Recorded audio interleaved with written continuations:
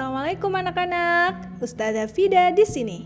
Sekarang kita akan belajar IPA, Ilmu Pengetahuan Alam.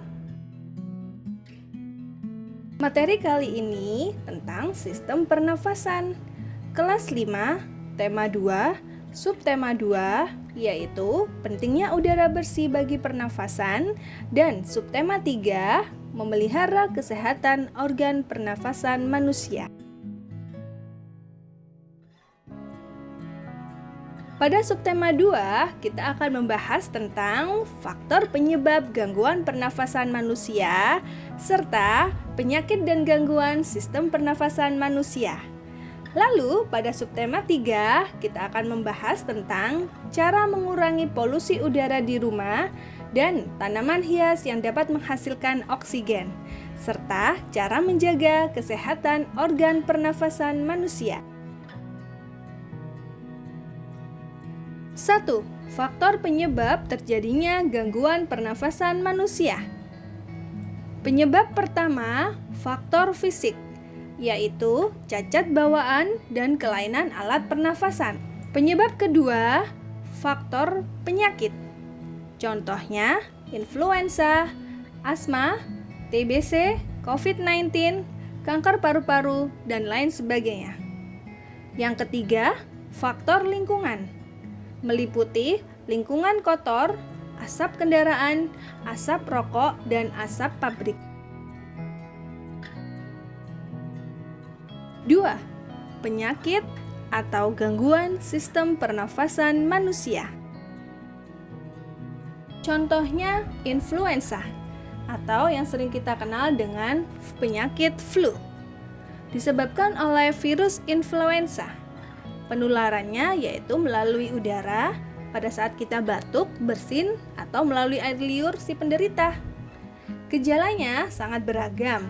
Tidak semua orang mengalami gejala yang sama, namun diantaranya adalah batuk, sakit kepala, hidung tersumbat, tenggorokan sakit, badan terasa lemas, dan kadang juga disertai dengan demam. Kanker paru-paru.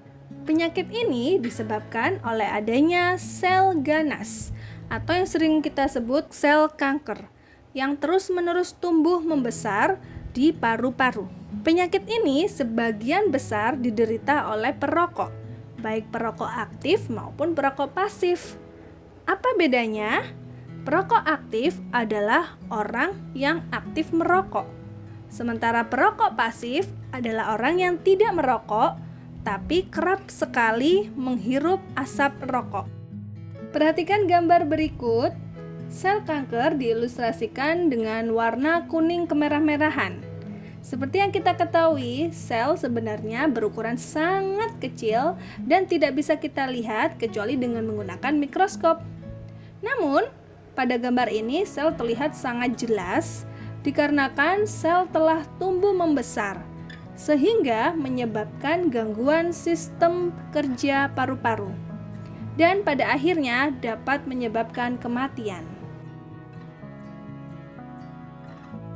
Pneumonia atau yang biasa kita sebut dengan radang paru-paru, infeksi paru-paru, atau paru-paru basah disebabkan oleh adanya infeksi virus, jamur, atau bakteri yang menyerang alveolus, sehingga alveolus mengalami peradangan yang diilustrasikan dengan warna merah.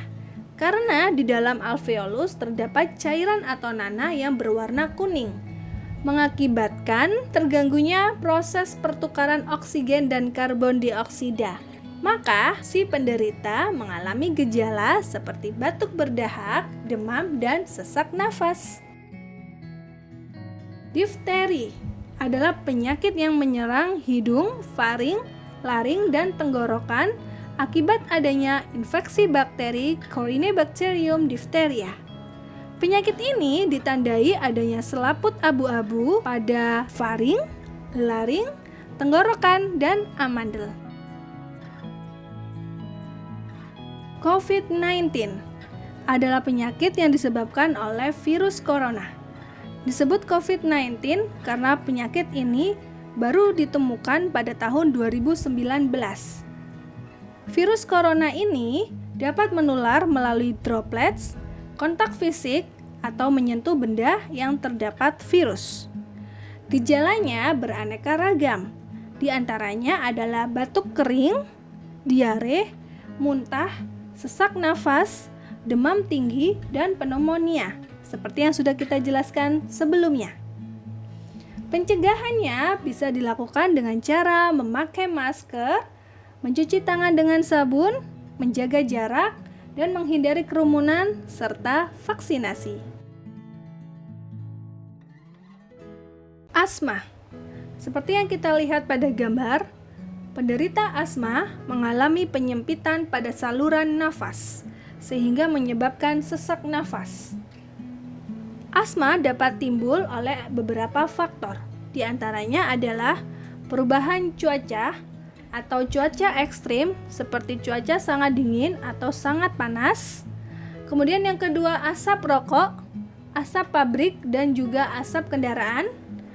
Kelelahan fisik, bulu binatang, makan makanan berbahan kimia seperti pengawet, pemanis buatan atau perasa, dan lain sebagainya. Dan yang terakhir adalah emosi berlebihan seperti marah dan stres. Pengobatan pertama saat kambuh adalah dengan menggunakan obat semprot inhaler. Tuberkulosis atau biasa kita sebut TBC adalah penyakit yang diakibatkan oleh kuman Mycobacterium tuberculosis. Gejalanya meliputi batuk yang berlangsung sangat lama, sekitar 3 minggu bahkan bisa lebih dari 1 bulan, dan disertai dengan dahak dan terkadang mengeluarkan darah saat kita batuk. Penyakit TBC ini dapat disembuhkan dengan mengonsumsi obat secara rutin selama minimal 6 bulan. Bagaimanakah cara penularan tuberkulosis? Pada saat penderita TBC batuk, bersin, atau berbicara, kuman TBC keluar ke udara melalui droplet atau percikan dahak. Lalu kuman tersebut terhirup oleh orang lain melalui saluran pernafasan dan masuk ke dalam tubuh. Di dalam tubuh terjadi proses perlawanan oleh antibodi, dan jika daya tahan tubuh kalian kuat, maka kalian akan tetap sehat sekalipun kuman tersebut telah masuk ke dalam tubuh kalian. Namun, jika daya tahan tubuh kalian melemah, maka kalian akan terkena sakit TBC. Itulah kenapa pentingnya menggunakan masker. Emfisema adalah penyakit yang disebabkan oleh asap rokok, polusi udara, asap atau debu bahan kimia dari lingkungan yang terakumulasi dalam jangka waktu yang lama dan dalam jumlah yang sangat banyak sehingga menyebabkan kerusakan alveolus. Itulah kenapa penyakit ini disebut penyakit kronis atau penyakit jangka panjang. Akibatnya, penderita mengalami sesak atau sulit bernafas. Asfiksi adalah penyakit yang disebabkan oleh bakteri Diplococcus pneumonia, sehingga alveolus terisi oleh cairan lendir dan cairan limpa, yang mengakibatkan difusi oksigen sangat sedikit atau bahkan tidak ada sama sekali, sehingga orang tersebut mengalami shock dan membuat pernafasannya terhenti.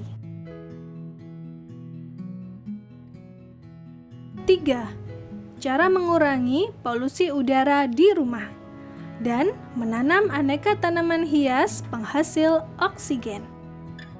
Cara mengurangi polusi udara di rumah adalah dengan membangun ventilasi udara yang memadai sehingga sirkulasi udara atau pertukaran udara dapat terjadi dengan baik.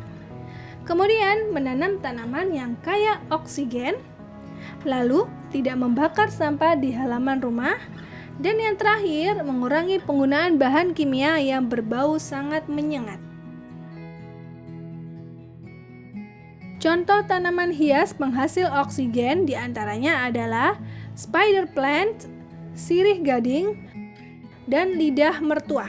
Lidah mertua ini biasa disebut dengan tanaman anti polutan, dikarenakan lidah mertua ini dapat menyerap berbagai macam zat polutan, seperti karbon dioksida ataupun karbon monoksida, Serta lidah mertua ini juga berfungsi sebagai penghasil oksigen dalam jumlah yang sangat banyak. Lalu, contoh tanaman hias lainnya yang juga sebagai penghasil oksigen adalah hairbrush, lidah buaya, dan krisan. 4. Cara menjaga kesehatan organ pernafasan. Di antaranya adalah rajin berolahraga, rutin melakukan pernafasan dalam, sehingga paru-paru bekerja lebih optimal. Kemudian memperbanyak mengonsumsi sayur dan buah. Lalu istirahat tidur yang cukup selama 6-8 jam per hari. Dan menggunakan masker saat berpergian, serta tidak merokok. Yang terakhir, jagalah kesehatan, karena kesehatan lebih berharga daripada segunung emas dan uang. Sampai jumpa di pembahasan selanjutnya. Wassalamualaikum warahmatullahi wabarakatuh.